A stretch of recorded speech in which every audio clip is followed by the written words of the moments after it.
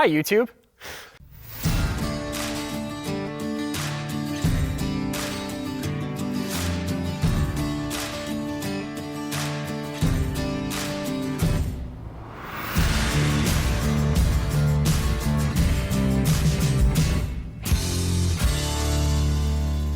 What up? It's election season again. You know how I know?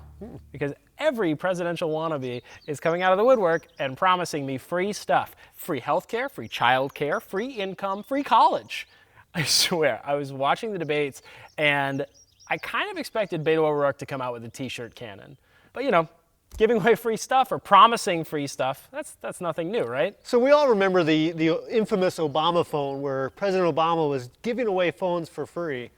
But is anything really free? No, not in my experience. You're going to pay for it one way or another. Everybody is used to this. They're used to the government promising you free stuff, but you are paying for it. Nothing that the government offers you is free. And, you know, the solutions that they offer you, I argue that they don't really offer solutions so much as they create acronyms. You know, you have the TSA, the FDA, the DEA, you know, all created to solve problems, but really they are, I guess, in some ways creating jobs because they are creating lots and lots of do nothing. Yeah, just go to the website usa.gov and scroll through that and see how many different government agencies your tax dollars are paying. So what is it, from 1942 to now, the spending at the government has gone up by 7 times? Right, and I think we could all argue that things are probably not 7 times better. The government's, is it 7 times more organized? I don't think it's an argument. I'm not sure how many people would argue it. Maybe the politicians offering free stuff. Yeah, no, my job is on the line, sure. And, you know, based on,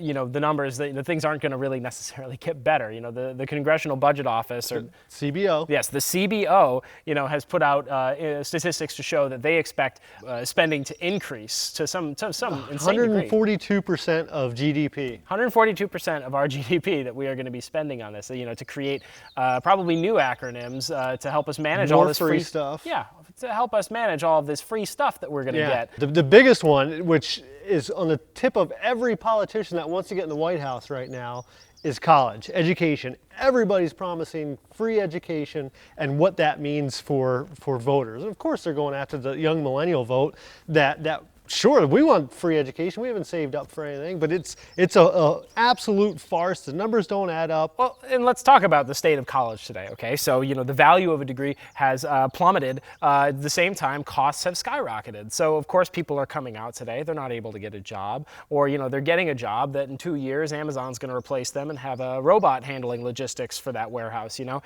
People are pissed, and understandably, they've been duped, or they feel they've been duped into debt. You know, they took on all of this financial risk to get this piece of paper just for the act of getting the paper. They weren't worried about the know-how. They weren't worried about learning a new and valuable skill. They were worried about being competitive in a job market that is constantly changing. We could go on for hours on the subject of free education. I believe we have gone for hours on the subject, you know, just you and I. But, you know, you recently wrote about this, and I think it was something that really clearly hit a tone or struck a chord with our Eric readers. Hoffer. Yeah, so you quoted Eric Hoffer. What was his quote exactly? So what he said was, there are many who find a good alibi far more attractive than achievement. For an achievement does not settle anything permanently. We still have to prove our worth anew each day.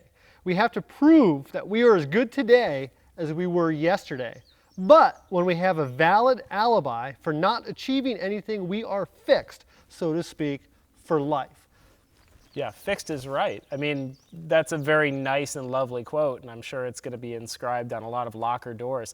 But I mean, what exactly does it mean in relation to the... So what he's saying is that we'd much rather blame somebody else for our problems than go out and do anything about it. But this creates an excellent opportunity if you're a politician. If I want to get somebody to vote for me, and I say, hey, all of this pain, all this angst, this gamble that you're possibly going to take, I'm going to make it so it's not as much of a gamble. And so that's why you have politicians swooping in and offering $50,000 in debt relief, you know, for anybody who comes out of college and isn't making 6 figures a year. Yeah, and that's on top of families that are getting free college if the family makes less than $125,000.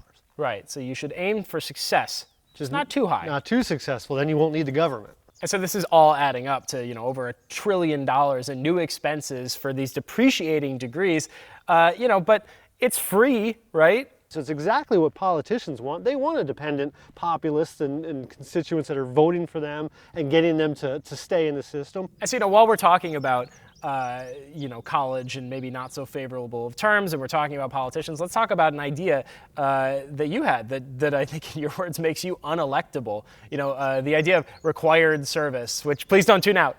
Let's hear that pitch and let's hear how that works. Sure. So everybody wants something for free from the government, and the government loves to pitch free things. But my idea, which absolutely makes me unelectable, because no presidential wannabe, nobody that's ever running for office is going to pitch that somebody has to get to work. But here's the idea. If you want to get something for free from the government, you have to give 2 years of service to your country. And that's not like the draft or anything like that. We're not talking about 2 years in the military. We've all heard the Civilian Conservation Corps. This could be 2 years of blazing trails in Yellowstone. It could be 2 years of volunteering at your local library. But you got to spend 2 years giving back to the government, giving back to our country. And in return, the government will pay you a fair wage. So you get out of high school, and this applies to every man over the age of 18. If he wants something for free, he's got to do this. You get out of high school, start doing your 2 years, get guaranteed income. So many, presidential wannabes in the debates, whatever we're talking about, they're also talking about, a minimum income for folks, paying them to do nothing. Right, UBI, Universal Basic Income. Exactly, we've talked about it a lot.